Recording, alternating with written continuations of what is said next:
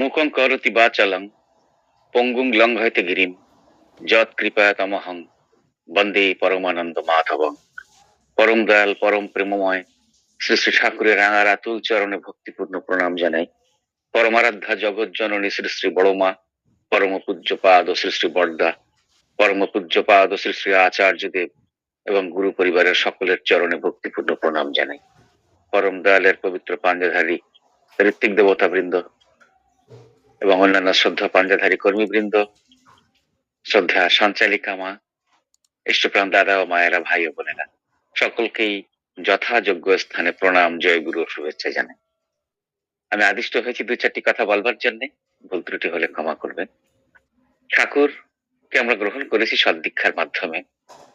তো এই দীক্ষা নেওয়ার পরে আমাদের যে করণীয় গুলো, যজন যজন ইষ্টভৃতি সস্তৈনী সদাচার, এগুলো পরিপালনের কথা ঠাকুর বলেছেন। পাশাপাশি ঠাকুর আমাদের জীবনটাকে সুন্দর করার জন্য, এই মনুষ্য জীবনটাকে সুন্দর করার জন্য, এই পৃথিবীটাকে সুন্দর করার জন্য তিনি যে দীক্ষা, শিক্ষা এবং বিবাহের উপরে তিনি জোর দিয়েছেন। দীক্ষা তো হলো, তারপরে শিক্ষা এবং বিবাহ।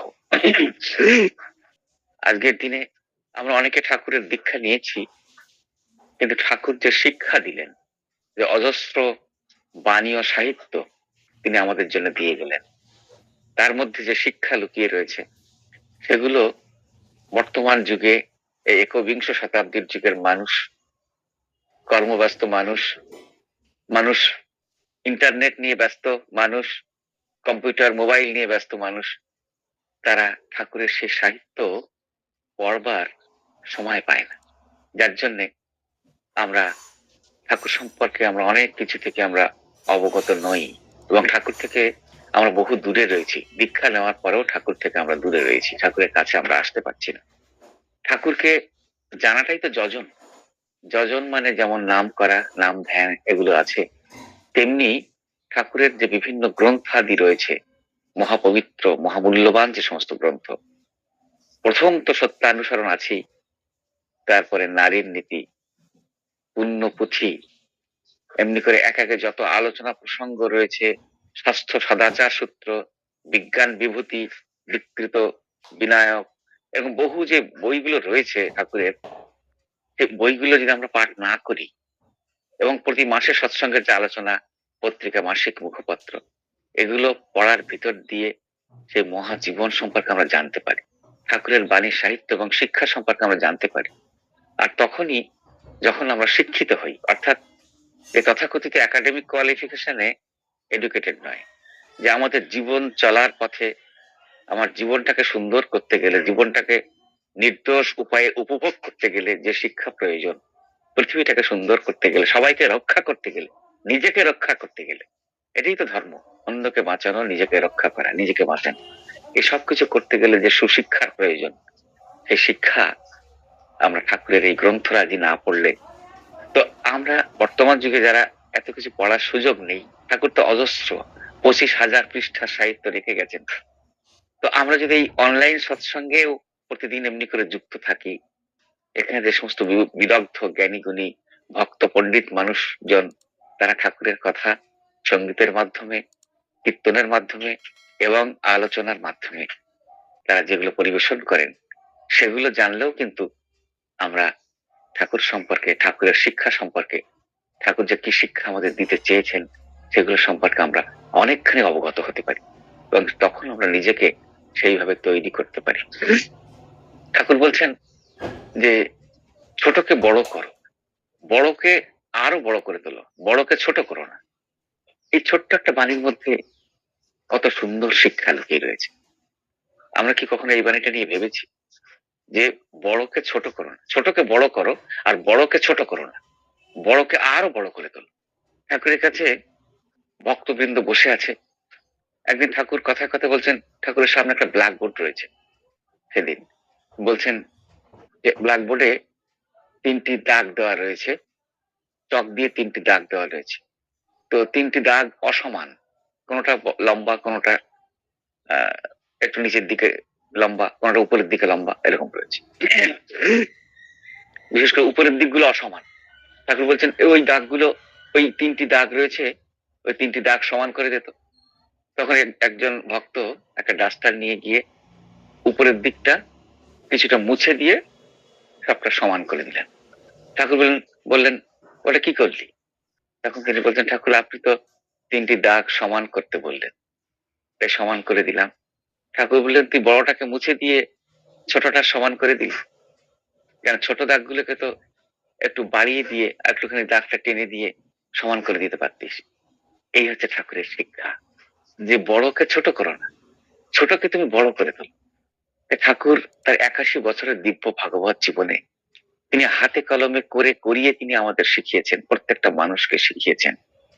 ঠাকুর একজন ব্যক্তিকে দায়িত্ব দিয়েছিলেন যে আশ্রমের প্রতিদিন সন্ধ্যা প্রার্থনার আগেই যতগুলো লাইট আছে, তখনকার দিনে এরকম ইলেকট্রিসিটি ছিল না, তখন ওই হ্যাজাক লাইট বলে, আপনারা দেখেছেন যে হ্যাজাক লাইটের মধ্যে একটা ওই কাপড়ের মতো একটা মানে বস্তু থাকে, এটাকে বলে কি মেন্টাল না মেন্টর এরকম কি একটা বলে, আমিও ভুলে গেছি।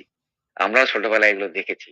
আগেকার দিনে বাড়িতে যখন অনুষ্ঠান হতো, সৎসঙ্গ হতো কিংবা বিয়ে বাড়িতে এগুলো গ্রামের দিকে এগুলো বিশেষ করে ব্যবহার করা হতো। তো সেগুলো একটু পাম্প করতে হতো। স্টোভে যেমন কেরোসিনের স্টোভে যেমন পাম্প করতে হয়, ওরকম কিছুটা পাম্প করে তেল তুলে সেটাকে জ্বালতে হতো এবং তার খুব সুন্দর সুতীব্র আলোতে চারদিক আলোকিত হয়ে উঠতো। তো সেই আলোগুলো প্রতিদিন ঠাকুর তাকে দায়িত্ব দিয়েছিলেন সন্ধ্যা প্রার্থনার আগে আশ্রমের চারিদিকে সেই আলোগুলো টানিয়ে দিতে। প্রায় 30 থেকে 40টা আলো এইভাবে টানাতে হতো তাকে প্রতিদিন। তিনি প্রতিদিনই ঠিক টাইমে টানাতেন, কিন্তু একদিন সে আলোগুলো তিনি দিতে একটু দেরি করে ফেললেন। তো সেদিন ঠাকুর কিছু বললেন না, ঠাকুর চট করে একটা মই নিয়ে গিয়ে সেই প্রত্যেকটা আলো নিজে হাতে ঠাকুর প্রত্যেক তখন জায়গায় টানিয়ে দিচ্ছেন। তখন ভক্তরা বলছেন, ঠাকুর আপনি নিজে হাতে কেন করছেন? ঠাকুর কেউ ভাবতেই পারেনি যে ঠাকুর এটা করবেন। ঠাকুর কিছু বললেন না, টাঙিয়ে দিয়ে ঠাকুর এসে বসলেন। এর মধ্যেই যে ভক্তের উপরে এই দায়িত্বটা দেওয়া রয়েছে সেই ভক্ত এসে উপস্থিত। ঠাকুর বলছেন, ঠাকুর কিছু বলছেন না, কিন্তু ঠাকুর আমার খুব অপরাধ হয়ে গেছে ঠাকুর, আমার একটু দেরি হয়ে গেছে। তো আপনি কেন করলেন ঠাকুর? আমি তো করতামই, আমি তো 10 মিনিট পরে হলেও আমি করতাম। ঠাকুর বলছেন, তুই তো প্রতিদিনই করিস, আমি না হয় একটা দিন করলাম।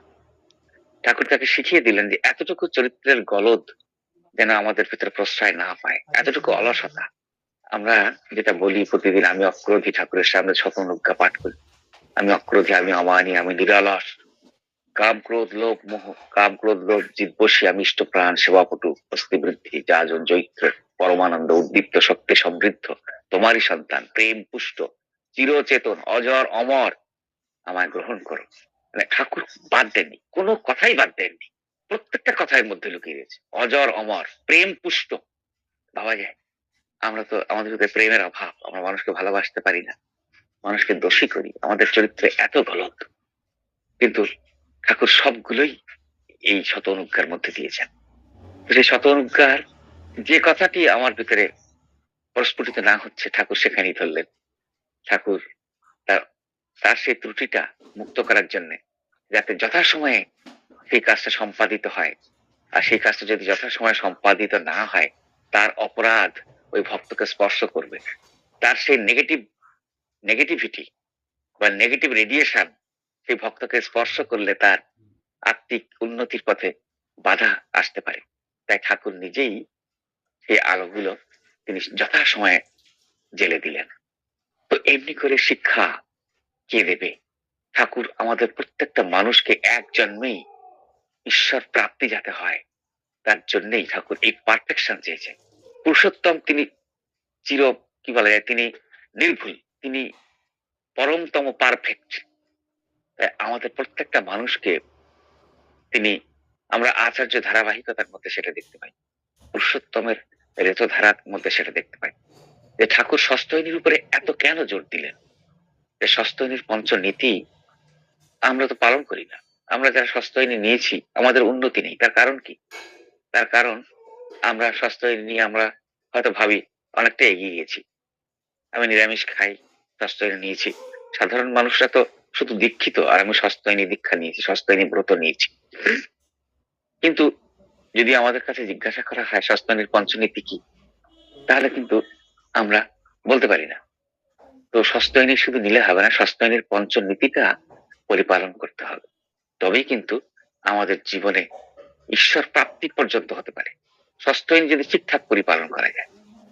কেননা ষষ্ঠহীনের মধ্যে এত পরিমাণে ডিসিপ্লিন, নিয়মানুবর্তিতা রয়েছে, যেটা আমাদেরকে এক জন্মেই আমাদের চরম শিখরে পৌঁছে দিতে পারে। ঠাকুর বলছেন, ঠাকুরকে প্রশ্ন করা হচ্ছে, ঠাকুর এক জন্মে কি মানুষ রবীন্দ্রনাথ হতে পারে?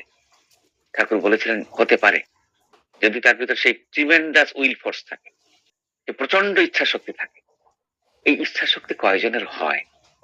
আমাদের যে ইচ্ছা শক্তিগুলোকে তো আমরা মেরে ফেলি, তাই আমাদের এত ফেলিওর, এত ফেলিওরিটি আমাদের ভিতরে, এত মানে অসফলতা, এত ব্যর্থতা। এই স্বাস্থ্যহীনী যদি ঠিকঠাক পরিপালন করা যায়, ব্যর্থতার গ্লানি তাকে স্পর্শ করতে পারে না। এই স্বাস্থ্যহীনের মধ্যে এত নিয়মানুবর্তিতা। ঠাকুর আমাদের যে একটা কথা আছে না, ইংরেজি একটা কথা আছে, the word discipline comes from a Latin word disciple. অর্থাৎ এই ডিসিপ্লিন বা নিয়মানুবর্তিতা বা শৃঙ্খলতা যেটাই বলি, সেটা এই শব্দটা এসেছে একটা ল্যাটিন শব্দ ডিসাইপল থেকে। ডিসাইপল মানে শিষ্য। তাই ঠাকুর সত্যানুসরণ বলছেন যে স্কুলে গেলেই তাকে ছাত্র বলে না, আর মন্ত্র নিলেই তাকে শিষ্য বলে না। হৃদয়কে গুরুর আদেশ পালনের জন্য সর্বদা উন্মুক্ত রাখতে হয়। তাই শুধু দীক্ষা নিলে আমার স্বস্থ নিলাম নিলেই কিন্তু হবে না। দীক্ষা নিয়ে ভাবছো বুঝি সবই হলো সবই হলো, তা কিন্তু নয়। নিষ্ঠা সহ যদি না পান, তাই নিষ্ঠা সহ পরিপালন করলে তবেই তাকে বোঝা যাবে, তবেই আমাদের ভিতরে ঠাকুরত্ব জাগে। আর ঠাকুরত্ব না জাগা পর্যন্ত ঈশ্বর প্রাপ্তি হয় না। আর তার জন্য এই সস্তৈনীর পঞ্চনীতি ঠাকুর বলছেন, ঠাকুরকে বলা হচ্ছে, ঠাকুর অনেক মানুষ তো সস্তৈনী গ্রহণ করেনি, অনেক মানুষ আপনার এই সৎ দীক্ষা গ্রহণ করেনি, কিন্তু তারাও তো জগৎ বিখ্যাত, তারাও তো উন্নতির চরম শিখরে পৌঁছে গেছে। যেমন আইনস্টাইন থেকে শুরু করে আমাদের ভারতীয় কত বড় বড় বিজ্ঞানী, কত সাহিত্যিক, সবাই তার জগৎ বিখ্যাত। কথা শিল্পী শরৎচন্দ্র থেকে শুরু করে রবীন্দ্রনাথ ঠাকুর, বঙ্কিমচন্দ্র, ঈশ্বরচন্দ্র বিদ্যাসাগর, এরা দীক্ষা নেয়নি। ঠাকুর বলছেন বা সস্তায়নী ব্রত গ্রহণ করেন, কিন্তু এরা এত উন্নত হলো কি করে, এত উন্নতি এদের জীবনে কি করে এলো? ঠাকুর বলছেন যে এনারা সস্তায়নী ব্রত না গ্রহণ করেও সস্তায়ীর যে পঞ্চনীতি আমি দিয়েছি, এই পঞ্চনীতির কোনো না কোনো নীতি তারা কঠোর ভাবে মেনে চলেন বা মেনে চলেছেন, তাই তারা এত উন্নত হয়। মানে তথাকথিত সেই ধরা বাঁধা যে বিধান ঠাকুর আমাদের দিয়েছেন, সেই বিধানগুলি যদি তারা পরিপালন করতেন, তারা আরো উন্নত হতে পারতেন। কিন্তু আমরা তো পেয়েও তারা পায়নি, কিন্তু সেই নীতিটা হয়তো তাদের পারিবারিক শিক্ষার মধ্যে ছিল, পিতা মাতার থেকে তারা সেই শিক্ষাটা পেয়েছে। যেমন কথা দিয়ে কথা রক্ষা করা, সস্তানের পঞ্চম নীতির মধ্যে একটা গো বিটুইন না করা, দ্বন্দ্ববৃত্তি, মিথ্যাচার, নিজের সঙ্গে নিজেও মিথ্যাচার করি আমরা। ভাবছি এখন একটা বই পড়বো, ভাবছি কালকে তো ছুটি আছে, কালকে পড়বো, যারা ছাত্র তারা এরকম ভাবে। আবার ভাবছি অমুক ব্যক্তি আমার কাছে 1,000 টাকা পায়, আজকে দেওয়ার কথা ছিল, তো ভাবছি সে তো চাইছে না, ঠিক আছে আরো 2 দিন পরে দেবো, অসুবিধা কি আছে। এই যে কথা দিয়ে কথা রক্ষা না করা, নিজের সঙ্গে নিজে, ঠাকুর বলছেন এতে করে ইচ্ছা শক্তি মরে যায়, উইল ফোর্সটা একদম শেষ হয়ে যায়। কিন্তু যদি যখন যেটা ভালো বলে মনে হবে, যখন যেটা করণীয়, তখন সেটা আমরা তৎক্ষণাৎ বাস্তবে রূপদান করি, ঠাকুর বলছেন তার ইচ্ছা শক্তি বেড়ে যায়। প্রতিদিন যদি, প্রতিক্ষণে যখন যেটা করণীয় সেটা যদি সঙ্গে সঙ্গে বাস্তবে রূপদান করে, ঠাকুর বলছেন তার উইল ফোর্স এত পরিমাণে বেড়ে যেতে পারে, তার জীবনে কোনো নেগেটিভিটি থাকে না। এই স্বামী বিবেকানন্দ বলছেন যে নো নেগেটিভ, বি পজিটিভ। ঠাকুর তাই বলছেন সর্বদা যে বি কনসেন্ট্রিক। তো এই পজিটিভ হতে গেলে এবং এইভাবে যদি আমার ইচ্ছা শক্তিটাকে চরম শিখরে নিয়ে যেতে চাই, তাহলে যখন যেটা ভালো বলে মনে হয় তখন সেটা করতে হবে। এই করতে করতে ঠাকুর সেই বলছেন যে নেপোলিয়ানের ডিকশনারিতে নাকি নো বলে কোনো ওয়ার্ড ছিল না, নেপোলিয়ান বলতেন, আমার ডিকশনারিতে না বলে কোনো শব্দ নেই। তো এটা ঠাকুর আমাদের শিখিয়েছেন। আমরা আচার্য দেবের কাছে গেলে এটা আমরা দেখতে পাই যে কিভাবে তিনি ভক্তদের যখন যেটা করণীয় সেটা করার জন্য উদ্বুদ্ধ করে তুলছেন। এটা তো একটা গেল। আর প্রথমেই ঠাকুর বলছেন ষষ্ঠনীর পঞ্চমীতির মধ্যে যে শ্রী বিগ্রহের মন্দির ভেবে যত্ন করিস শরীরটাকে, সখন পটে সুস্থ রাখিস, বিধি মাফিক চালাসটাকে। তাই আমার এই দেহটাকে ভাবতে হবে আমার প্রভুর মন্দির, আমার ঠাকুর, আমার ঈশ্বর পরমেশ্বর, তিনি আমার এই দেহের মধ্যে বাস করেন। তার জন্য আমার দেহটাকে সুস্থ রাখতে হবে, পবিত্র রাখতে হবে। আমি শুধু ইষ্টপ্রীতি প্রার্থনার সময় পরিচ্ছন্ন থাকবো তা নয়, আমি সদা সর্বদা 24 ঘন্টাই আমাকে পরিচ্ছন্ন পবিত্র থাকতে হবে। সে বর্দা যেটা বলছেন যে বাসি কাপড় ইস্ত্রি তারাই করতে পারে, যার 24 ঘন্টাই যে সর্বদা পরিচ্ছন্ন থাকে। এতটুকু নোংরা যদি কাপড় হয়ে যায় সঙ্গে সঙ্গে চেঞ্জ করে ফেলা, শুধু ইস্ত্রি প্রার্থনার সময় চেঞ্জ করে ফেলা নয়, সদা সর্বদা নিজের দেহটাকে নিজের মানে মানে পরিধেয় বস্ত্রগুলো পরিচ্ছন্ন ব্যবহার করা। আমি সব সময় আমি সেই মুক্ত বুদ্ধ হয়ে থাকবো, তবেই তিনি আমার এই হৃদয়ে বাস করতে পারেন, তবেই তিনি আমার এই দেহটা শ্রীবিগ্রহের মন্দির হয়ে উঠবে। ঠিক তেমনি ভাবে আমাকে যে পরিশুদ্ধ আহার গ্রহণ করতে হবে, অপবিত্র অভক্ষ ভক্ষণ করলেও কিন্তু আমি অপবিত্র হয়ে যাব, আমার প্রভু এই দেহে বাস করতে পারবেন না। তাই আমাদের নিরামিষ খেতে হয়। আমরা ধর্ম পালনের জন্য নিরামিষ খাই না। আমরা নিরামিষ খাই কেন? ঠাকুর বলছেন, ঠাকুর খুব সেন্সিটিভ ছিলেন, তো ঠাকুর জীব হত্যা পছন্দ করতেন না, ঠাকুর খুব কষ্ট পেতেন। আপনার আমার মতো একটা জীব, এই যে গরু বলুন, ছাগল বলুন, যে মুরগি বলুন, মাছ বলুন, প্রত্যেকের বেঁচে থাকার ইচ্ছা আছে, প্রত্যেকের ক্ষুধা তৃষ্ণা সমস্ত অনুভূতি সবই রয়েছে। শুধু হয়তো আমি একটু উন্নত, সে একটু অনুন্নত, সে হয়তো কথা বলতে পারে না, আমি আত্মরক্ষা করতে পারি, আমি অন্যকে অ্যাটাক করতে পারি, সে হয়তো পারে না, তাই তাকে আমরা হত্যা করছি। কত বড় নৃশংসতা! তাই ঠাকুর বলছেন অন্যে বাঁচায় নিজে থাকে, ধর্ম বলে জানিস না, সবাইকে বাঁচিয়ে রাখা, এটাই তো মনুষ্যত্ব। আমরা মানুষ সৃষ্টির শ্রেষ্ঠ জীব।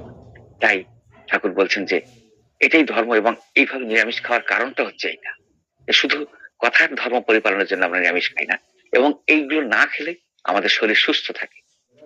আমরা ভাবি যে মাছ মাংস খেলে বোধহয় আমার শক্তি কমে যাবে, চোখের জ্যোতি কমে যাবে।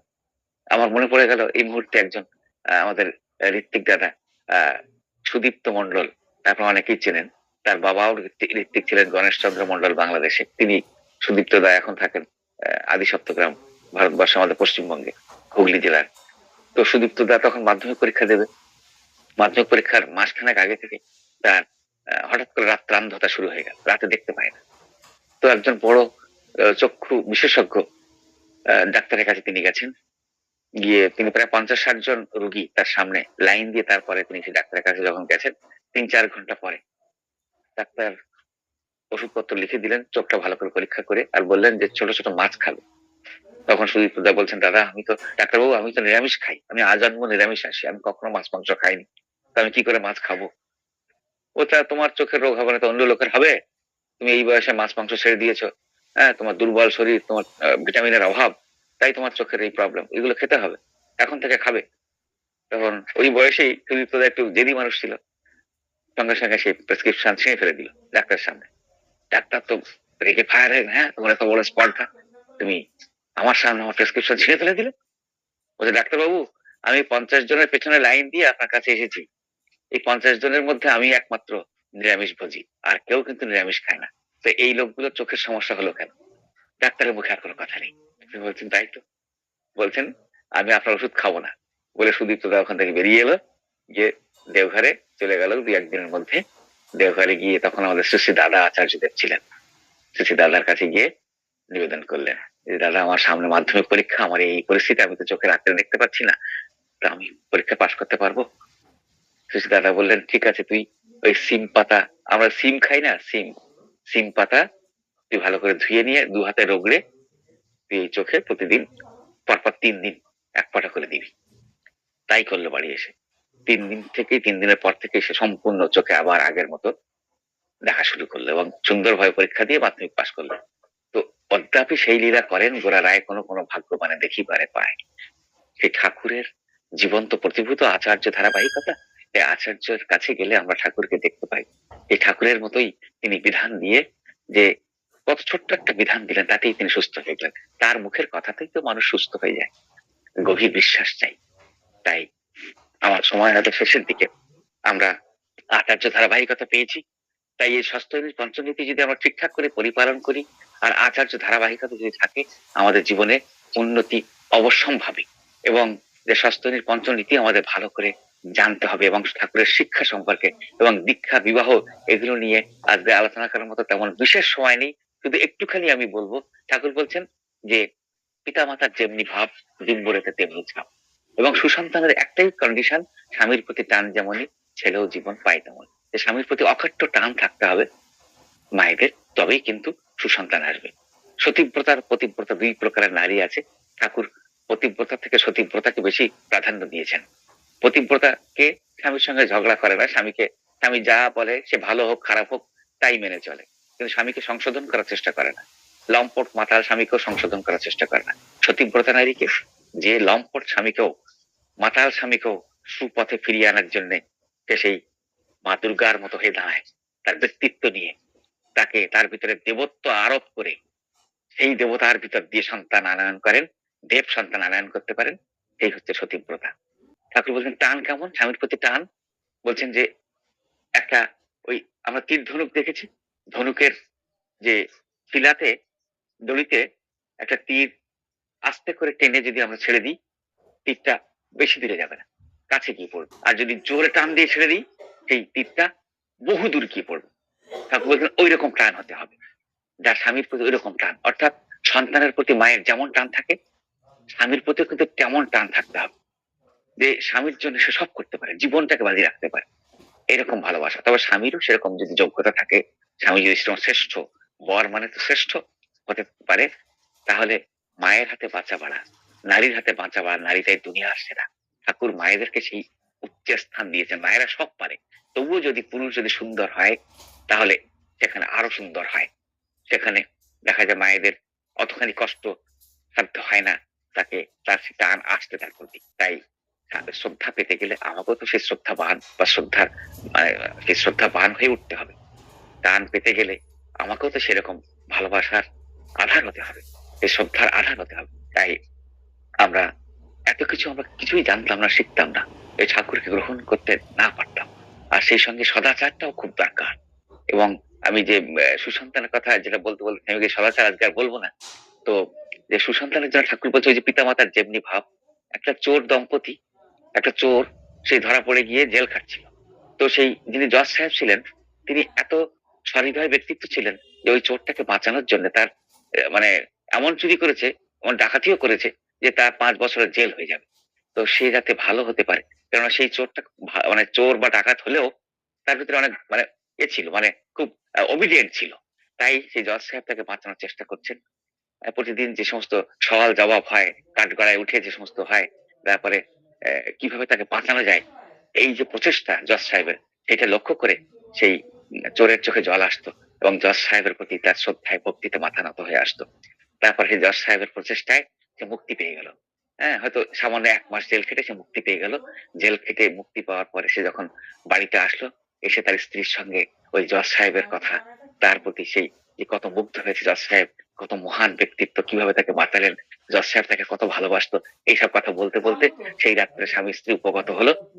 দেখা গেল চোর দম্পতির মানে ঘরে একটা ওই জজ সাহেবের জন্ম হলো। সেই ছেলেটা পরবর্তীকালে, সেই শিশু, সে একজন জজ সাহেব হয়ে উঠলো। তাই ঠাকুর বলছেন যে যে পিতামাতার যেমনি ভাব ডিম্বরেতে তেমনি ছাপ, তবে অভ্যাস ব্যবহার যেমন তর সন্তানও পাবি তেমন তর। ওই জৈবিক মুহূর্তে কিন্তু আমরা হয়তো অগ্নিশ্বর সিনেমা দেখে অগ্নিশ্বরের মতো ডাক্তার সন্তান আনয়ন করতে পারি, কিন্তু ওটা কিন্তু স্টে করবে না চরম জৈবিক মুহূর্তে, যদি অভ্যাস ব্যবহার ঠিক না থাকে। তাই আমার অভ্যাস ব্যবহার আমার সংস্কারকে নিয়ন্ত্রণ করে, আমার ভিতরে স্থায়ী রূপ লাভ করে। তাই ঠাকুরের সব দীক্ষা নিয়ে এই মানে আমরা এই দীক্ষা অনুযায়ী যে দীক্ষানুচলন যদি আমাদের থাকে, সুন্দর জীবন যদি হয়, তবেই কিন্তু সুসন্তানের অধিকারী হওয়া যাবে। আমার সময় শেষ, আমি আর বক্তব্য দীর্ঘায়িত করবো না। আসুন আমরা প্রত্যেককেই আমরা ঠাকুরের এই শিক্ষায় শিক্ষিত হয়ে আমরা সন্তানদেরকে বড় করে তুলি, মানুষের মতো মানুষ করে তুলি, জগৎকে সুন্দর করে তুলি, সকলের শান্তি স্বস্তি এবং ইষ্টচ্ছল দীর্ঘ জীবন প্রার্থনা করি পরম পিতার আতুল চরণে। বন্দে পুরুষোত্তম। জয় গুরু।